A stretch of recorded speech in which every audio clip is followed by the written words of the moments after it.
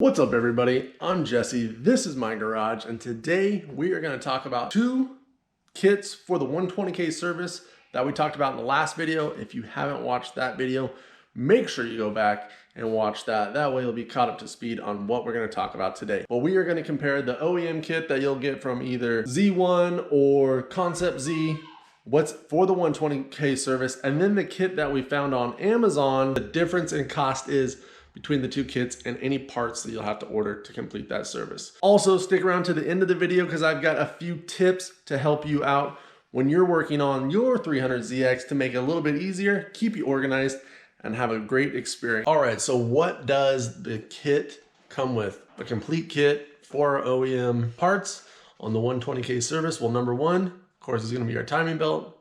Number two, belt tensioner.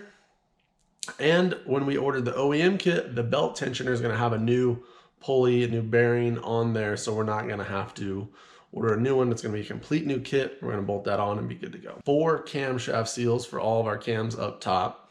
We're going to have 1 crankshaft seal, 2 VTC springs.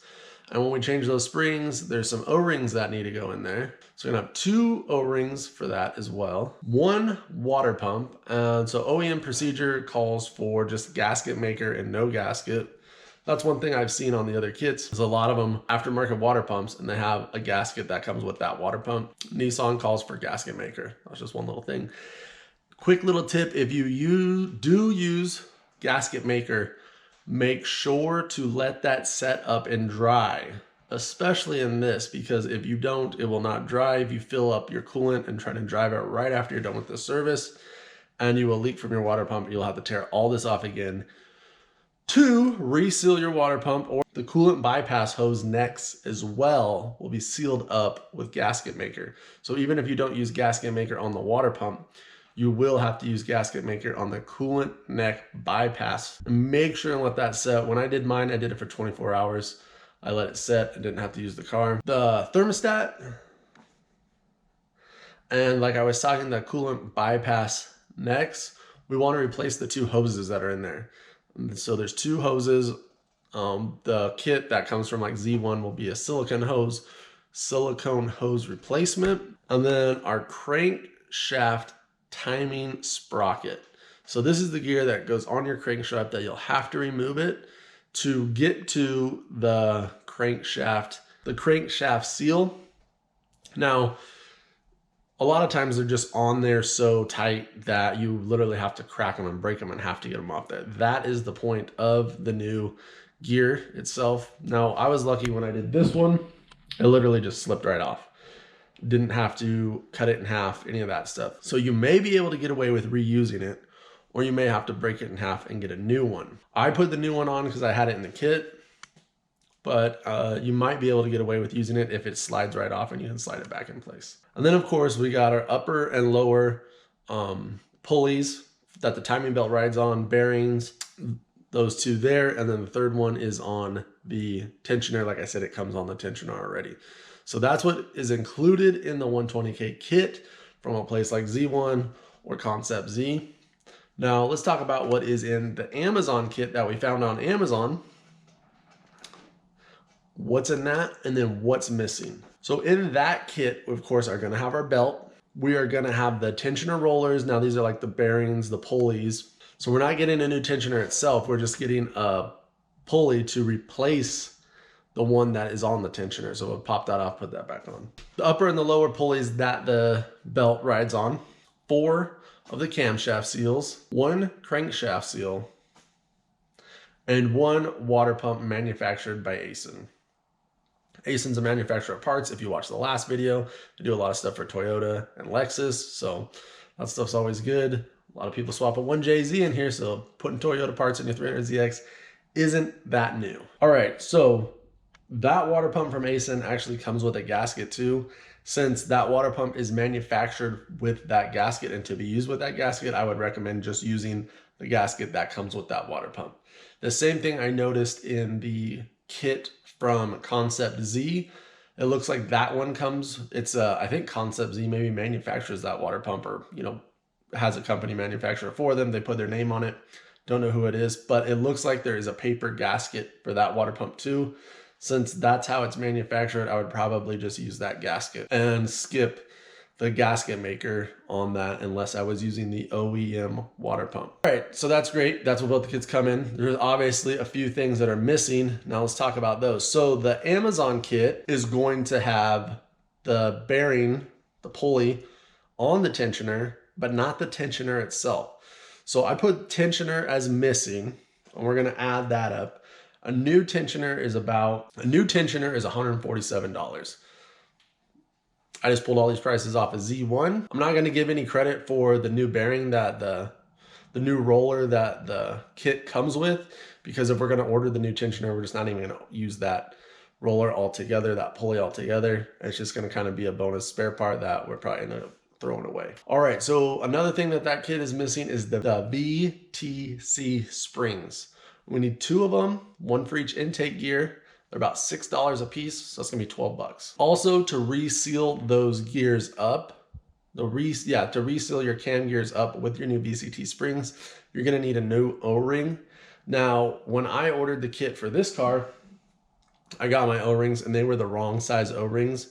I'm assuming since the motor that was in this car has been swapped at some point, it must not be an actual 93 motor, which the car is, since that's what I placed the order for the kit, it needed a smaller diameter O-ring. The kit came with a bigger diameter O-ring. Now, what does that mean?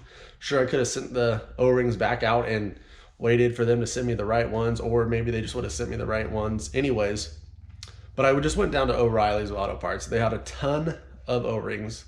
I just sized up the right O-ring I needed. It was $2 for both of them. They were $1 a piece. So you can go down to O'Reilly's. I wouldn't suggest AutoZone because they don't kind of have like a parts bin. They just have whatever they have on the shelf that's in a package. You can buy that. You can't buy them individually. So what does that mean? Well, it means one thing. Maybe in your garage you have this kit right here, which that's the kit that I pulled the O-rings out of. You can order that on eBay for about $15 to $20, which is pretty awesome. I definitely am ordering that kit because I want to have that assortment of O-rings on hand at all time. Otherwise, just go down there, about $2 for 2 O-rings. You'll have yourself a new O-ring gasket for the VTC gears and your new spring. All right, next thing obviously that's missing is our thermostat. We want to replace the thermostat. We're doing all this work. We're replacing the water pump. If you want to replace the thermostat too, it's in there like right next to the water pump. So if for some reason your thermostat goes out, guess what? You're gonna have to tear it all apart just to get a new thermostat in there. That's what I think is kind of silly about these kits. And it's so they can manufacture them for the cheapest price possible, but parts that need to be replaced when you're doing it, because otherwise you have to take it all back out again. So a new OEM thermostat from Nissan, about $21 for this car. So then that brings us to the coolant bypass hoses, and we're gonna replace those with silicone ones. They're about $16. We don't want to have any cracked or broken hoses. We're not putting broken parts back on this car. We're going to do it complete. So then that brings us to the last thing that's missing from our 120K service if we're looking at the Amazon kit, and that is our crankshaft sprocket. Now, it's kind of tricky because do you order it and then maybe not need it, or do you not order it and then maybe need it? So a new crankshaft sprocket is $47. All right, so if we add all those parts up, and this is not including taxes or shipping, it's $245 for the missing parts that we need to complete this service if we go with the Amazon kit. Now, we take our Amazon kit price, which I got at $155, we add that together, that brings the total to about $400 even. So for $400, but you also have to factor in shipping, factor in your time, and then making sure all the parts arrive here on time together and you're not waiting on anything. Now the OEM kit from Z1 or Concept Z, they're about the same price at about $500. So it is $100 cheaper if you go and fill in those parts. But again, you're using the kit from Amazon, which one of our subscribers did say he used that kit and it was a good kit, and the timing belt fit and all that, didn't have any problems with that. So that's good to know that those parts fit.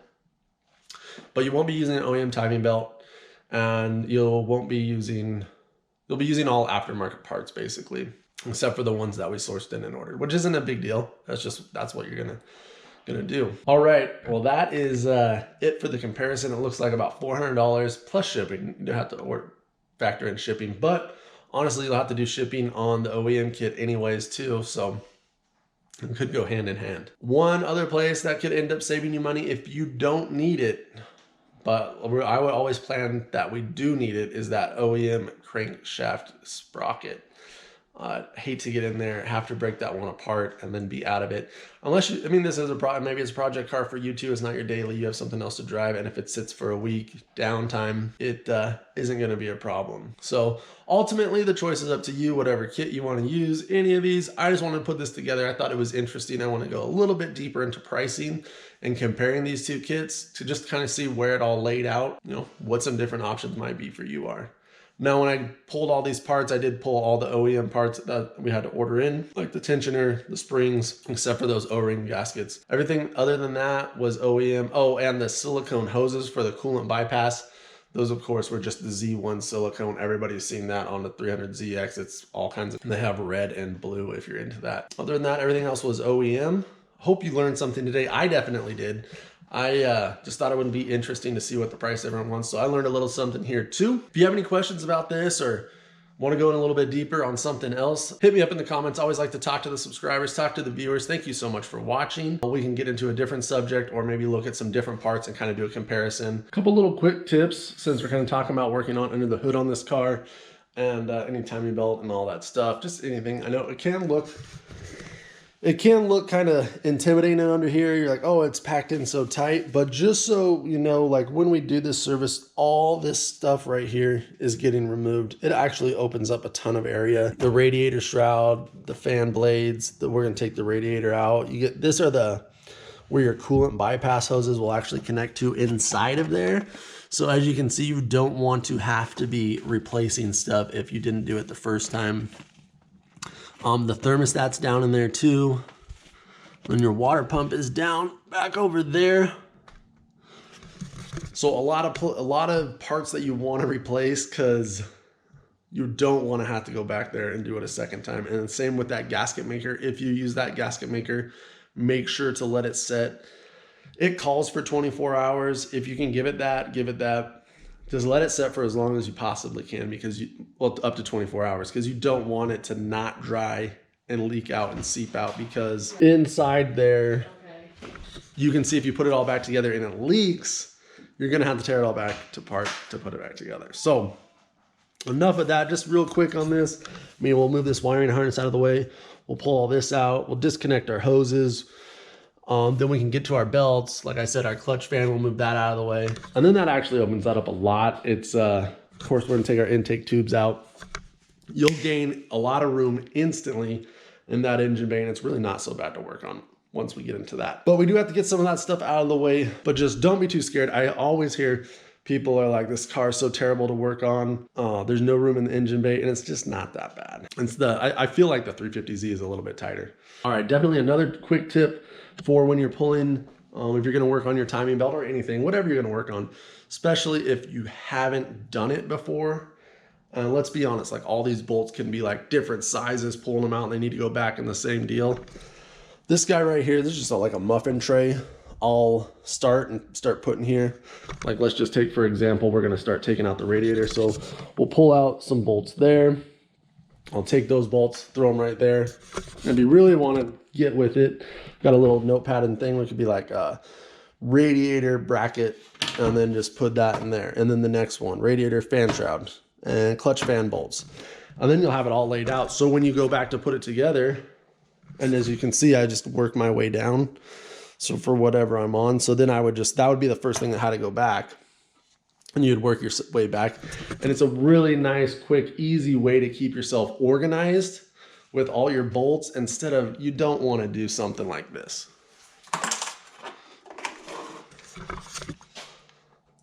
That would be a nightmare to put something back together. This is just my extra bolts when I replace stuff. Replace bolts pretty much that are just wore out, need to go in the trash. Put them off to the side, had new parts go on. But that's not what we want to be throwing all of our bolts in. Or maybe you do.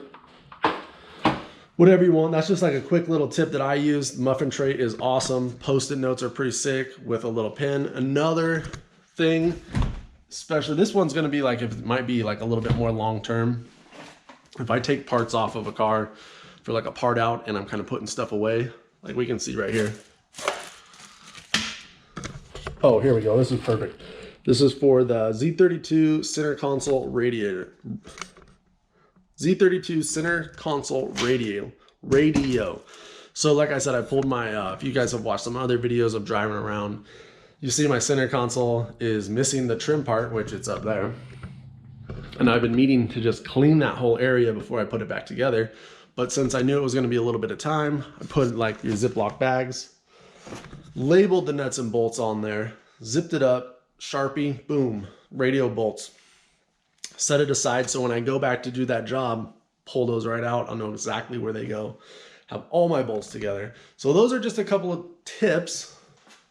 Hopefully that's not too much gin for you guys. Hopefully that's just a couple of tips just to help make working on your vehicle easier. And these tips are for any vehicle, anything. So a couple ways to keep organized while you're working on stuff. Maybe you're gonna tackle this job. It's not super difficult, but you do want to be patient, take your time, and work through the whole process. Make sure you label stuff. If you haven't done anything like that before, label it so it all goes back together the way in which it came. All right, well, thank you so much for watching today. I hope you gained something out of here. I learned a little something. We looked at those two kits. If you want to support what we do here, head over to Patreon. If you got any value from this video, go ahead and hit that like button for me, please. It'll help other people find this video. If you want to see more of this, go ahead and hit that subscribe button. Thank you so much for watching. I appreciate everybody, all the comments that we're getting. Thank you so much, and I will see you on the next one.